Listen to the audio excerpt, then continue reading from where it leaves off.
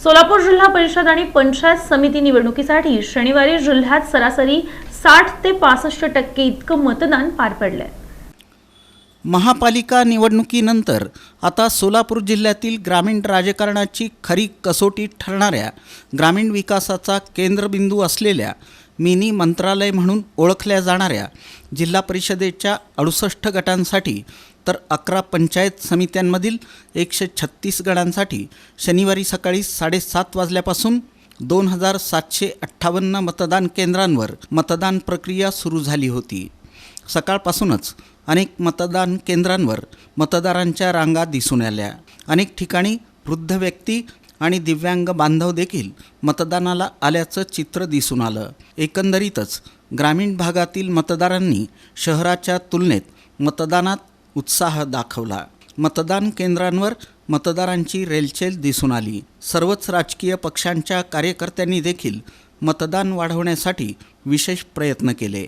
यामुळे मतदानाचा टक्का वाढला। प्रत्येक मतदाराला जिल्हा परिषदेच्या गटासाठी 1 मत तर पंचायत समितीच्या गणासाठी 1 मत अशी एकूण 2 मते देता आली। जिल्हा परिषदेच्या गटासाठी बॅलेट युनिटवर पांढऱ्या रंगाची तर पंचायत समितीच्या गणासाठी गुलाबी रंगाची मतपत्रिका होती। काही ठिकाणी पिंक मतदान केंद्र उभारण्यात आलं होतं। त्या ठिकाणी केवळ महिला कर्मचारी या केंद्रावर होत्या। तर आदर्श मतदान केंद्र संकल्पनाही या निवडणुकीत राबवण्यात आली। सकाळी 7:30 ते 11:30 वाजेपर्यंत सोलापूर जिल्ह्यातील मतदानाची टक्केवारी 19.06 इतकी राहिली, तर दुपारी 3:30 वाजेपर्यंत 47.66% मतदान झालं होतं।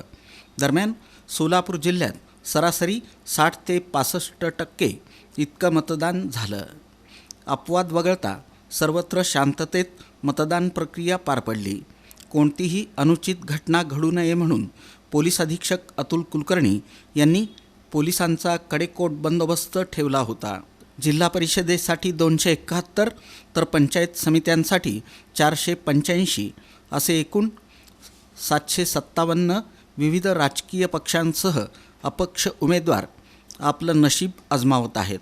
दरम्यान सोमवारी 9 फेब्रुवारी रोजी मतमोजणी करण्यात येणार आहे।